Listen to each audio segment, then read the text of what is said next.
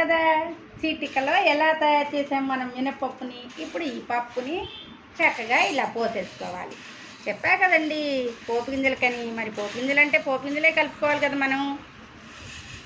ఇలా చక్కగా పోసుకొని దాంట్లోకి మాకైతే లావు ఆవాలంటే చాలా ఇష్టం. లావు ఆవాలే తెచ్చుకుంటాం మేము. ఇలా ఆవాలను పోసుకొని, ఆవాలు కొన్నే పోసుకోవాలండి, ఎక్కువ అవసరం లేదు. ఇంకా పచ్చి శనగపప్పు, దీంట్లోనే జీలకర్రను కూడా నిన్ననే యాడ్ చేశాను. వీటి కోసం అని చెప్పి ఈరోజు పెండింగ్ పెట్టానమాట. పెండింగ్ పెట్టిన పని మరి ఫినిష్ చేయాలి కదండి. చూసారు కదా చక్కగా పోసేసుకుంటాను ఇవన్నీ కూడా. ఇంకా చూడండి మనకి పోపు గింజలు అన్నీ సమపాళ్ళలో ఉంటే పోపు గింజలు ఎలా కనపడతాయో చూడండి మీరు. జీలకర్ర, ఆవాలు, పచ్చిశనగపప్పు, మినప్పప్పు ఇలా అన్నీ కూడా చూసారు కదా పోపు గింజలు ఎలా ఉన్నాయో.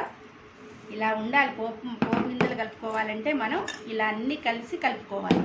ఇక దీన్ని ఇప్పుడు మనము ఇలా స్టోర్ చేసుకుందాము.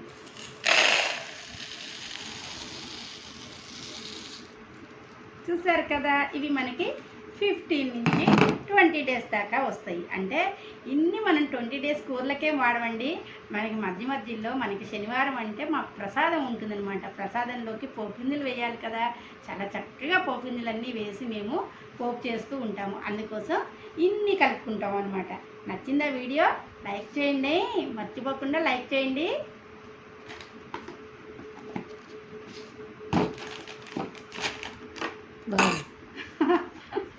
అయిందా ఆంటీ?